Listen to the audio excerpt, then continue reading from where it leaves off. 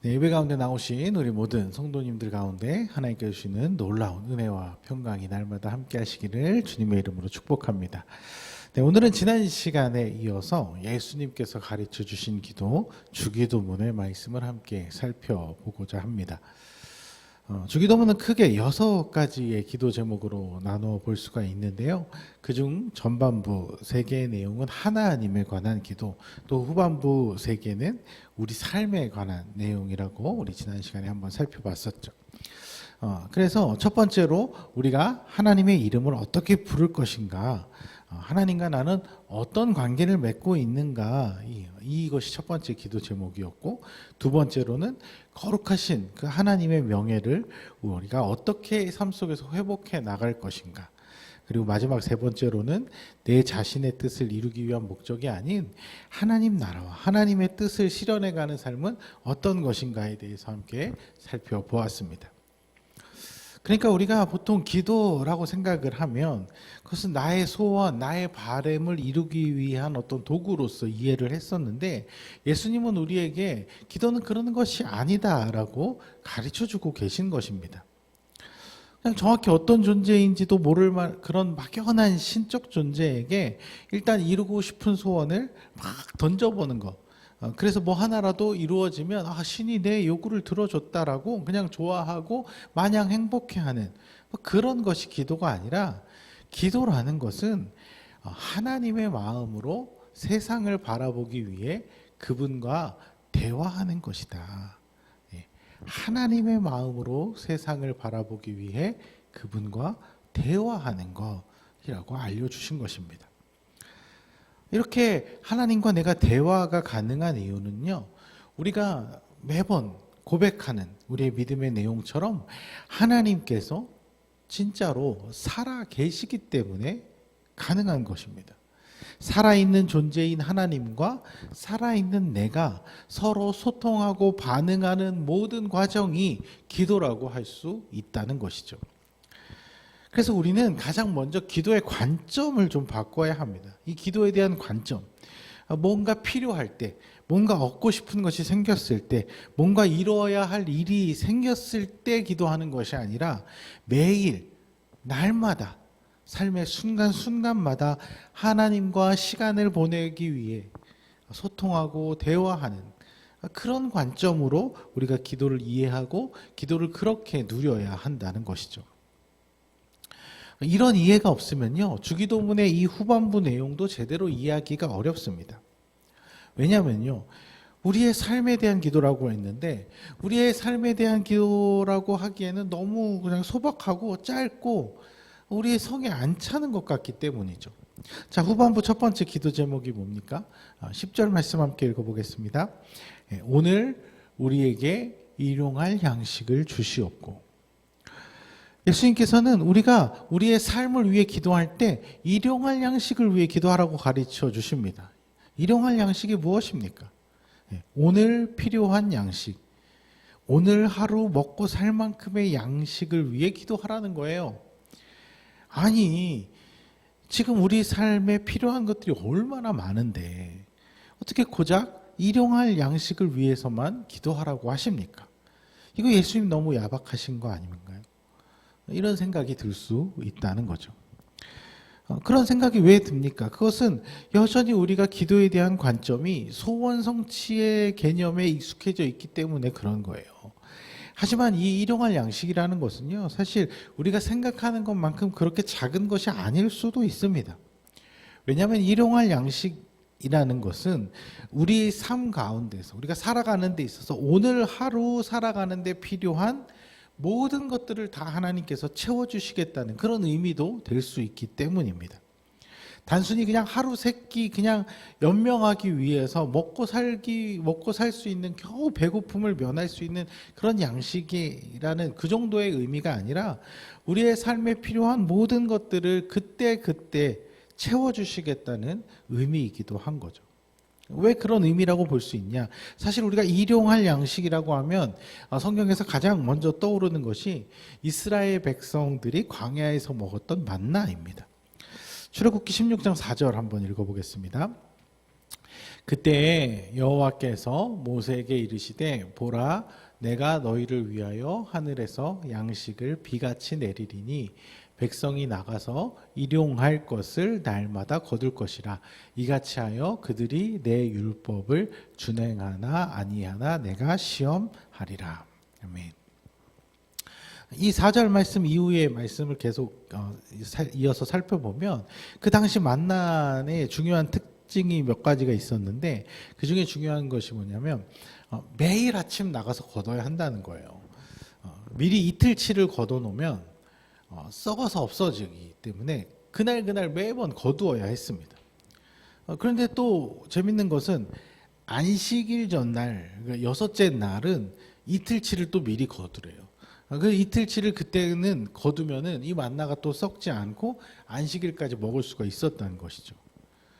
그리고 또 이 여섯째 날 안식일 것까지 미리 거두지 않고 여섯째 날 것만 거두고 내일 또 만나가 또 내리겠지 하고 안식일에 만나를 거두러 나가면 또 안식일에는 만나가 내리지 않았다는 거예요. 그래서 먹을 수가 없었다는 거죠. 아주 신기한 일인 거죠. 그러니까 이게 어떤 물리적인 법칙이나 어떤 그런 과학적인 어떤 것으로 이해할 수 없는 굉장히 신기한, 이거는 분명히 하나님께서 이스라엘 백성들을 먹이고 살리시기 위해서 그가 주권적으로 살피시고 보살피시고 돌보시는 그런 모습이라고 할 수 있다는 것이죠.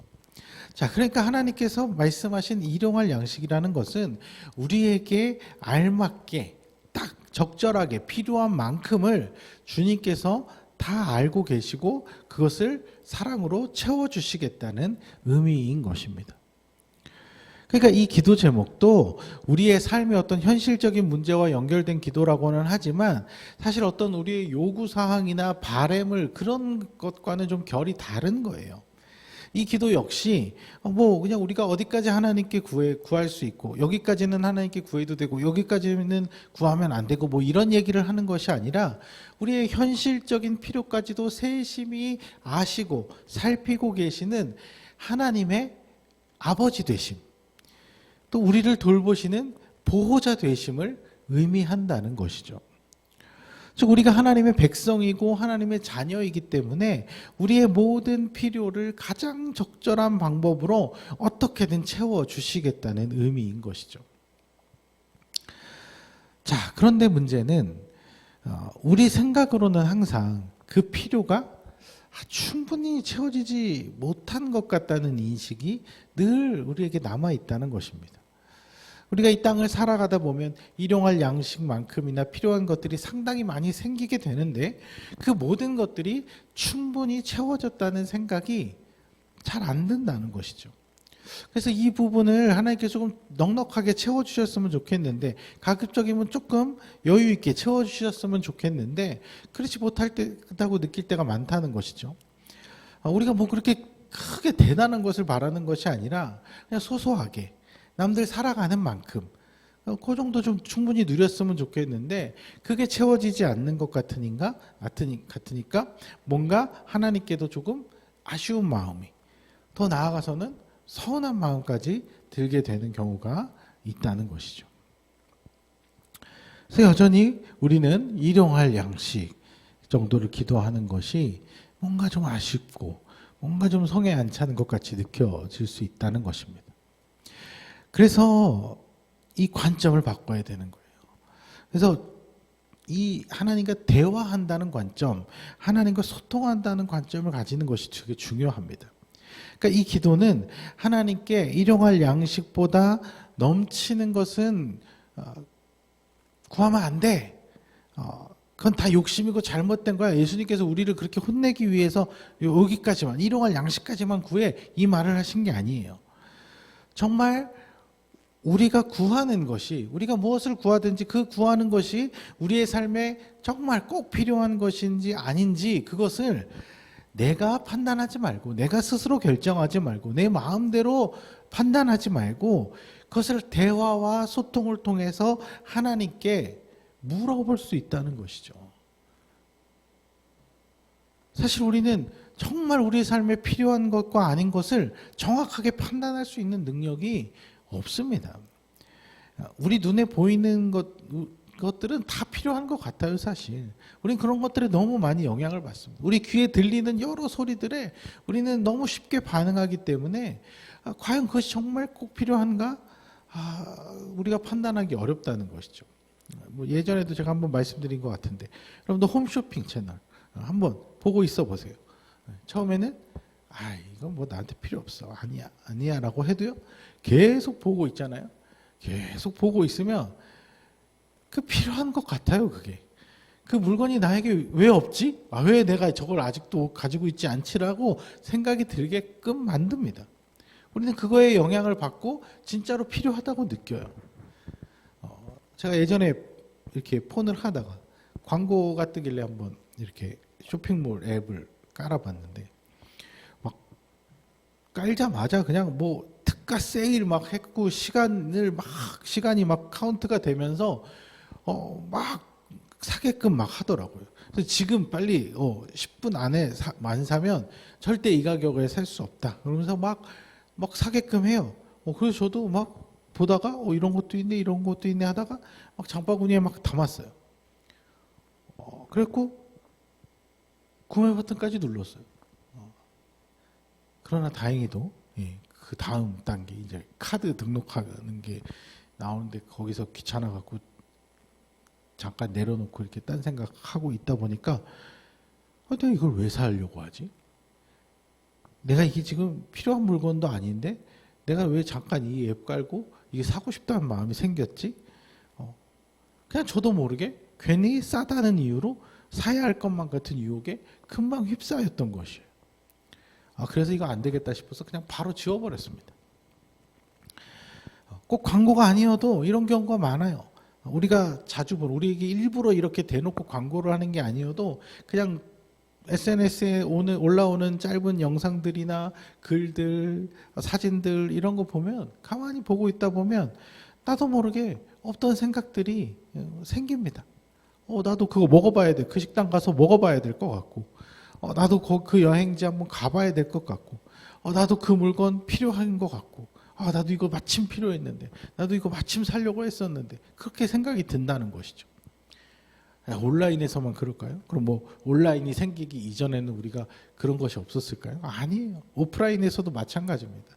사람들 만나서 이야기 나누다 보면, 이런 이야기 저런 이야기 나누다 보면 그 안에서 애초에 계획하거나 예상해 본 일도 없었던 그런 일인데, 그냥 누가 이랬대, 누가 거기 가봤대, 누가 이런 거 해봤대, 이런 얘기를 듣고 나면 나도 해보고 싶고 나도 해야 할 것 같고, 그래서 결국은 그게 내 필요인 것처럼 느끼는 경우가 너무 많다는 것이죠.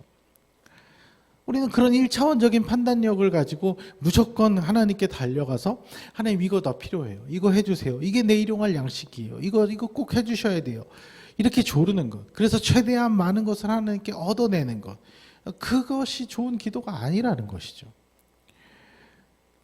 그런 걸 통해서 얼마나 많이 얻어냈냐가 내가 뭐 기도의 능력이 있는 사람이다, 전혀 상관없는 얘기라는 것이죠.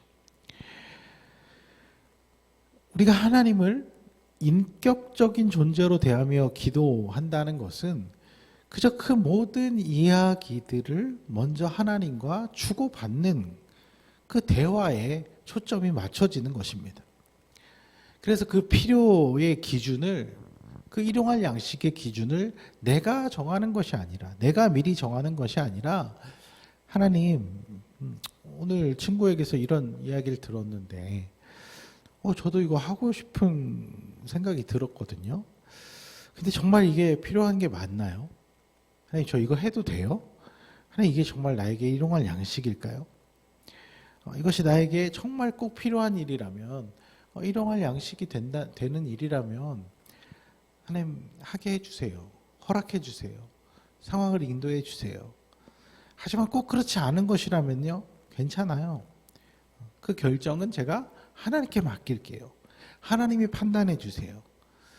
이런 식의 대화가 이루어지는 것이 바로 기도의 바른 모습이라는 것이죠. 이것이 얼마나 성숙한 기도의 모습입니까?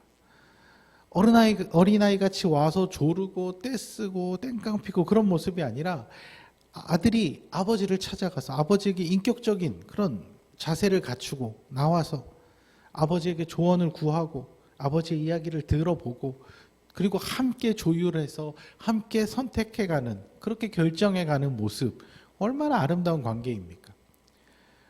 하나님과 우리의 관계도 이런 아름다운 관계로 나아갈 수 있어야 된다는 것이죠. 예수님의 겟세마네 기도가 바로 이런 기도 아니겠습니까? 마태복음 26장 39절 말씀 함께 읽어보겠습니다. 조금 나아가사 얼굴을 땅에 대시고 엎드려 기도하여 이르시되 내 아버지여 만일 할만하시거든 이 잔을 내게서 지나가게 하옵소서. 그러나 나의 원대로 마시옵고 아버지의 원대로 하옵소서. 아멘. 이런 성숙한 기도의 모습이 우리 안에 많이 나타나길 소망합니다. 우리가 드리는 기도의 내용이 이런 식으로 바뀌어 갈 수 있다면 우리의 신앙은 분명 훨씬 더 깊은 자리, 성숙한 자리로 나아가게 될 것입니다. 예수님께서는 그 다음으로 또 우리의 삶의 관계적인 문제에 대해서 기도하라고 또 알려주십니다. 12절 말씀 읽어보겠습니다. 우리가 우리에게 죄 지은 자를 사하여 준 것 같이 우리 죄를 사하여 주시옵고. 아멘. 자, 이 문장을 표면적인 어떤 그런 문자적 해석으로만 이해를 하면 약간 오해가 생길 수가 있습니다. 어떤 오해냐? 우리가 하나님께 용서를 구하는 근거가 내가 다른 누군가를 용서한 것이 된다는 거죠. 그러니까 뭐 쉽게 얘기하면 하나님 내가 저 사람 용서해 줬으니까 나도 용서해 줘요. 하나님 내가 저 사람 용서해 준 공로가 있으니까 내가 잘못한 것도 하나님 그냥 넘어가 줘요. 이런 식으로 이해할 수 있다는 것이죠. 그런데 사실 성경의 전체적인 맥락 안에서 생각을 해보면요, 이 의미는 그 반대로 이해하는 것이 더 맞습니다. 하나님께서 먼저 우리를 용서해 주셨기에 우리도 용서받은 사람으로서 다른 사람의 허물을 그냥 넘어가 줄 수 있는 그런 삶을 우리가 살아가야 한다는 것이죠. 은혜 받은 자로서 은혜를 베푸는 삶, 먼저 빚을 탕감받은 자로서 누군가를 탕감해 주는 삶, 이 용서의 순환, 사랑의 순환, 배려의 순환을 당연하게 여기고 살아가는 그런 자세를 말하고 있는 것이죠. 그러니까 이 기도는 단순히 어떤 나의 죄 용서에 초점이 있다기보다는 전체적인 그런 우리가 인생을 살아가면서 이 관계적 갈등을 평화롭게 해결하는 것에 더 초점이 맞춰져 있습니다. 그래서 그냥 내가 죄를 용서받아서 내 죄책감을 피하려고, 죄책감에서 자유하려고 내 죄를 사하여 달라고 하는 거기에 초점이 있는 것이 아니라 그 용서를 순환하는 것에 포커스를 맞춰야 한다는 것이죠. 여러분도 우리가 회개라고 하는 것이 그런 의미로 이해하면 안 돼요. 내가 천국에 들어가야 되는데 천국에 들어가려면 죄가 없어야 되잖아요. 그래서 내가 천국에 들어갈 사람으로서 혹시라도 죄가 있으면 못 들어갈까 봐 나의 흠결을 제거하기 위해서 그냥 그 천국 못 갈까 봐 두려워서 그냥 그 내 하나하나의 죄를 하나님께 용서받기 위해서 그걸 제거하기 위해서 그런 목적이 아니라 우리가 하나님 나라 백성으로서 마땅한 삶이 무엇일까? 모든 사람들과 더불어 화평하게 지내는 그 삶을 통해서 이 땅 가운데 우리가 하나님 나라를 이뤄가는 것에 초점을 두는다 보면 자연스럽게 이런 회개가 연결이 되는 것이죠. 우리가 함께 살아가는 하나님 나라를 먼저 생각해야 한다는 것입니다. 사실 그런 일일이 어떤 개인적인 그런 모습으로 봤을 때 우리는요, 우리의 본성은 누군가를 용서하는 일이 거의 불가능합니다. 타락한 인간의 마음은 용서보다는 되갚아주는 것, 보복하는 것, 복수하는 것이 더 자연스럽고 일상적입니다. 그런 마음에서부터 완벽하게 자유로운 사람은 사실 없을 거예요. 그래서 우리 상대방이 나한테 잘못한 만큼 그대로 갚아주거나 아니면 그 이상으로 더 되갚아주고 싶은 마음이 드는 게 너무나 자연스럽다는 것이죠. 근데 이런 마음을 그냥 그대로 놔두고 이 상태로 그냥 살아가면 어떻게 돼요? 결국에는 모든 사람이 모든 사람과 등지는 결과 서로가 갈등의 관계로 나아갈 수밖에 없을 것입니다. 예를 들어 A라는 사람이 B에게 실수를 해요. 그 B가 A에게 갚아줘요. 그럼 또 다시 갚아주고 또 다시 갚아주고 한쪽에서 멈춰야만 끝나는 건데 멈추지 않으면 계속 왔다 갔다 하다가 서로가 서로에게 피해를, 상처를, 아픔을 계속 주고받을 거 아닙니까? 그러다가 A가 B에게 갚을 수 없으면은 거기서 끝날까요? 그렇지도 않아요. 그 되갚고 싶은 마음이 거기서 멈추는 게 아니라 그 분을 또 어딘가에 또 다른 제3자 C에게 가서 또 화풀이를 하게 되고 또 되갚게 되죠.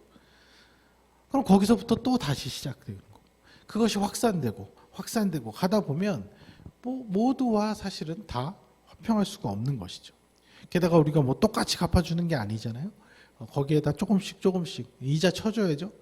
그러면 서로에게 그렇게 갚아주다 보면 처음에는 작은 실수로 시작된 문제가 모든 사람들이 서로에게 피해를 끼치고 살아갈 수밖에 없는 평화가 완전히 깨어진 갈등만 남은 그런 세상이 되어버리고 만다는 것이죠. 이 모든 것을 멈추신 분이 바로 우리 예수님이십니다. 예수님께서는 자신을 이유 없이 괴롭히고 박해한 그런 사람들, 또 자신을 배신하고 뒤통수 친 제자들마저도 아무런 보복이나 저주, 되갚음을 하지 않으시고 그냥 그 피해를 스스로가 다 십자가에서 껴안으셨습니다. 그리고 그 십자가에서 모든 것을 다 끝을 내버리신 것이죠. 더 이상 그 미움과 분노와 갈등이 악순환되지 않도록 사랑으로 멈추심으로써 모든 갈등의 관계를 화평의 관계로 바꾸어내는 그 출발점이 되셨다는 것이죠. 우리는 예수님의 이 사랑을 본받아서 나에게 피해를 준 사람, 나를 불편하게 한 사람, 나를 아프게 한 사람에 대해서 똑같이 갚아주는 것을 의도적으로 멈출 수 있어야 합니다. 그것이 그리스도인들이 예수님을 닮아 살아가는 방법인 것이죠. 근데 그게 쉽습니까? 아까도 말했지만 안 돼요, 잘. 그게 결코 쉽지가 않습니다. 저도 솔직히 고백하자면 제가 지난주쯤에 우리 아이들도 다 보는 앞에서 제가 누군가에게 크게 화를 낸 적이 있어요. 주차장에서 주차를 해놨는데 제 앞에 차가 이렇게 막고 있는데 그 키를 맡겨놓고 갔어야 되는데 키를 안 맡겨놓고 그냥 간 거예요. 그래서 한참을 거기서 기다리다가 너무 안 돼갖고 이제 그 관리하는 사람한테 빨리 빼달라고 막 얘기했더니 되려 막 아니 이 사람이 안 오는데 어떡하냐고 막 되려 막 더 큰 소리를 치니까 너무 기분이 상한 거예요. 그래갖고 거기서 저도 아니 이렇게 얘기를 하면서 주고받다가 목소리가 점점 커지다 보니까 막 화를 냈어요. 사실은 지금 생각해 보면 조금만 더 마음의 여유를 가지고 예수님의 마음으로 좀 부드럽게 이야기하고 넘어갈 수도 있었는데 이 상대방이 거칠게 나오니까 큰 소리로 데려 나오니까 이게 저도 이게 반응이 쉽지가 않더라고요. 그러니까 우리 성도님들도 일상 속에서 이런저런 많은 일들 겪다 보면요, 마음으로는 다 사람들 용서하고 이해하고 내가 넉넉한 사람으로서 다 그냥 넘어가 주고 싶은데 그게 그 생각처럼 그렇게 잘 안 된다는 걸 알 거예요. 상대에 따라서, 상황에 따라서 가끔 우리를 분노하게 하고 우리를 화나게 하고 도저히 참을 수 없는 그런 상황들이 살다 보면 분명히 찾아온다는 것이죠. 그래서 그런 상황들이 우리에게 언제 어떻게 찾아올지 모르기 때문에 우리에게 기도가 필요한 것입니다. 이런 갈등의 문제들을 우리가 마음에 그냥 쌓고 억지로 참아내고 하면 또 우리 안에서 이게 병들 수밖에 없어요. 우리 안에서 분노와 미움이 그냥 막 싹틀 수밖에 없어요. 그런 마음들은 또 다른 우리의 삶의 관계들을 또 깨트리며 우리의 마음을 더 병들게 할 수 있다는 것이죠. 그래서 이 기도를 하나님께 드리면서 하나님께 도움을 구하는 거예요. 하나님, 늘 하나님 실망만 시켜드리고 배반하고 하나님 마음 아프게 했던 게 난데 하나님 날 품어주셨잖아요. 하나님 나 이해해 주셨잖아요. 나 받아주셨잖아요. 그 마음을 저도 품게 해주세요. 그 마음으로 사람들을 대하게 해주세요. 그 마음으로. 그래서 나를 아프게 하고 힘들게 하고 짜증나게 하고 불편하게 하는 저 사람들에 대해서 내가 반응하지 않게 해주세요. 그래서 용서하고 싶지 않고 갚아주고 싶은 그런 마음들이 내 안에 너무 크지만 예수님처럼 여기서 멈추게 해주세요. 더 이상 미움을 증폭시키거나 내가 더 분노하지 않도록 우리의 마음을 붙잡아 주세요. 하나님도 저 그렇게 용서해 주실 거잖아요. 저도 그 마음 따라 살게 해주세요. 이렇게 우리의 마음을 하나님께 맡겨드리는 것이죠. 그리스도인들의 이런 기도가 쌓여서 더 이상 서로에게 피해를 주는 그런 일들이 이 세상에서 멈출 때 비로소 이 땅 가운데 참된 하나님의 평화가 임할 수 있는 것 아니겠습니까? 여러분들 우리 스스로는 그 마음을 멈출 수가 없습니다. 신앙생활 아무리 오래 했어도요. 또 그런 상황들이 주어지면 그런 상대방을 만나면 쉽게 분노하고 맞대응하게 되는 것이 우리 마음이에요. 그래서 매일매일 날마다 이 마음을 하나님께 올려드리면서 기도를 해야 된다는 것이죠. 이 마음을 하나님께 맡겨드리면서 하나님의 용서를 먼저 생각해 보는 기도를 드릴 때 우리가 그 완벽한 원수를 사랑하는 그 완벽한 사랑과 용서의 자리까지는 가지 못하더라도 더 이상의 어떤 갈등과 깨어짐을 확산해내지 않는 방식으로라도 이 땅 가운데 평화를 유지해 갈 수 있는 그런 길이 된다는 것입니다. 이어지는 마지막 기도가 사실 이 두 가지의 기도 제목과 아주 밀접하게 연관이 되어 있습니다. 마지막 6번째 기도의 제목 한번 살펴보겠습니다. 우리를 시험에 들게 하지 마시옵고 다만 악에서 구하시옵소서. 아멘. 자, 앞에 두 기도를 정리해 보면 이런 내용이라고 할 수 있어요. 일용할 양식을 위한 기도라는 것은 우리의 삶에 꼭 필요한 것처럼 생각하게 만드는 그 세상의 모든 거짓된 탐심과 유혹으로부터 우리가 벗어나서 하나님께서 정해주신 삶에 만족하며 살아가길 위해 기도하는 것이다. 이렇게 정리해 볼 수 있고, 그 두 번째 용서에 대한 기도란 나를 힘들고 어렵게 하는 모든 관계에 대해서 내가 똑같이 되갚아주고 더 강하게 반응해주고 싶은 그런 마음, 즉 우리 안에 잠재되어 있는 이 미움과 분노, 이것으로부터 우리를 보호해달라라는 그런 기도라고 이해할 수 있다는 것이죠. 그러니까 우리를 유혹하는 모든 욕망과 탐심으로부터 지켜달라는 기도는 그게 바로 뭐냐면 우리가 시험에 들게 하지 말아달라는 그 기도고요. 또 우리 안에 남아있는 모든 악한 본성으로부터 우리를 건져 주시옵소서. 아니면 그런 악한 것들을 끄집어내는 모든 상황과 그런 상대방을 만날 때 우리가 그것들을 잘 컨트롤할 수 있도록 도와달라고. 그러니까 이게 결국에는 다만 악에서 구해달라는 기도라고 이해할 수 있다는 것이죠. 사실 우리가 짓는 모든 죄들이요. 결국 이 두 가지의 가장 큰 원인으로부터 시작이 되거든요.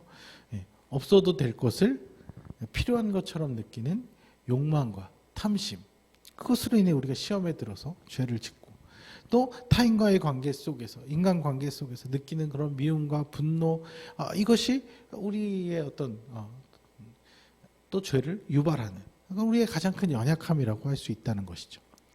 우리는 이 연약함들로 인해 하나님 백성다운 삶을 실패할 때가 많고 하나님의 자녀다운 삶을 잘 누리지 못할 때가 많다는 것입니다. 그래서 우리가 하나님 나라에, 완전한 하나님 나라에 이르기까지 이 땅 가운데서 마주하는 이 문제들, 이 현실적인 문제들, 그 문제들 가운데서 우리를 지켜달라고, 도와달라고 하나님께 요청하는 것, 그것이 바로 이 주기도문의 내용이라는 것입니다. 사실 우리가 하나님께 요청할 수 있는 것은요, 요 정도만 해도 충분합니다. 우리의 삶이 하나님 안에 머무르며 하나님의 공급하시는 은혜를 날마다 누리는 것, 또 그 보호와 돌보심 안에 거하는 것, 그것이 우리에게 가장 필요한 것임과 동시에 우리가 하나님께 구하고 바랄 수 있는 어쩌면 가장 큰 기도라고 할 수 있다는 것이죠. 그러니까 예수님께서 가르쳐 주신 이 기도의 내용은요, 우리가 일방적으로 하나님께 다짜고짜 드리는 기도와는 많이 다르다는 것을 알 수 있습니다. 기도에 대한 관점이 다르기 때문에 그 포함된 내용도 반드시 달라질 수밖에 없다는 것이죠. 이거 해주세요, 저거 해주세요, 이거 해주세요, 저거 해주세요, 이런 게 아니라 딱 필요한 만큼을 하나님께 구하고, 또 내가 하나님의 그 자녀로서의 삶에서 벗어나지 않도록 하나님께 보호해 달라는 그 기도로 우리의 내용이 자연스럽게 바뀌어야 한다는 것이죠. 근데 그것에 있어서 가장 핵심적인 그런 변화가 바뀌어야 될 점이 무엇이냐? 그 이전까지는 우리가 기도라는 것이 일방적으로 하나님께 고하고 알리고 아뢰고 이런 것으로 생각했는데, 그게 아니라 하나님께 이야기하고 대화하고 소통하고 관계 맺는 그런 시간이라고 이해를 하는 것입니다. 그래서 그 대화를 채우는 내용이 자연스럽게 바뀌어야 갈 수 있어야 한다는 것이죠. 내 이야기만을 그냥 하나님께 막 전달하는 것이 아니라 나의 이야기를 진정성 있게 터놓으면서, 하나님 이것 필요할 것 같은데요, 하나님 내 삶에 이것이 혹시 필요한가요? 나에게 일용할 양식을 주세요. 내 지금 마음이 하나님 누군가를 용서하지 못하는 그런 마음이 있는데, 하나님 이것을 어떻게, 이 관계, 우리가 살아가면서 인간관계가 너무나 중요한데 이 관계에서 내가 어떻게 해야 될지 하나님 도와주세요. 그렇게 하나님의 뜻과 생각을 묻고 그 하나님의 마음을 듣고 이해하고 깨달으려고 하는 그런 것이 바로 기도라는 것이죠. 여러분, 우리가 어떤 존재와 대화를 한다고 했을 때 그 일방적이면 안 되잖아요. 내 얘기만 하면 안 되잖아요. 하나님과의 대화도 마찬가지라는 거예요. 오고 가야 하는 것이고 주고 받는 것이어야, 티키타카라고 하죠. 왔다 갔다 하는 소통이 이루어져야 그것이 바른 기도의 모습이 될 수 있다는 것입니다. 막상 이렇게 사실 기도를 해보려고 하면요, 조금은 낯설고 좀 막막하게 느껴지시는 분들도 있을 거예요. 왜냐하면 우리가 기도를 그렇게 배우지 않았고 그렇게 이해하지 않고 있었기 때문이죠. 그래서 우리의 습관이 그렇게 배어 있기 때문에 이렇게 대화하고 소통하는 기도 어떻게 하는지 막막할 수 있어요. 근데 너무 어렵게 생각하지 마시고요, 우리의 관점을 조금만 바꿔서 그 기도의 내용까지 바꿔간다면 분명 우리의 기도는 막막하게 느껴지거나 허공을 치는 것 같은 그런 애매함이 아니라 살아계신 그 하나님의 확실한 존재감을 느끼게 될 뿐 아니라 또렷하고 분명한 하나님의 메시지를 깨달을 수 있는 그런 놀라운 경험을 하게 될 것입니다. 또 우리 가운데는 어쩌면 아직 그 하루에 잠깐의 기도 시간을 내는 것조차도 좀 버거우신 분들, 힘드신 분들도 있을 거예요. 하지만 이것도 역시 우리의 어떤 종교적인 의무감이나 내가 기독교인으로서 이걸 꼭 해야 돼, 이런 관점의 기도가 아니라 그냥 하나님과 얘기하고 싶다, 하나님과 소통하고 싶다라는 그런 편한 마음으로 하루, 가급적이면 자주, 또 매일 잠깐의 짧은 시간이라도, 한 10분 정도의 시간이라도 내셔서 살아계신 하나님과 소통하며 대화하는 그 기도의 시간을 통해 풍성한 기도의 그 축복을 누리셨으면 좋겠습니다. 우리의 어쩌면 앞으로 많은 훈련이 필요할 수 있겠지만 우리의 이런 생각을 먼저 바꾸고 예수님께서 가르쳐 주신 기도대로 한번 우리의 기도를 바꿔 나가 보시는 우리 모든 성도님들 되시기를 주님의 이름으로 간절히 축원합니다.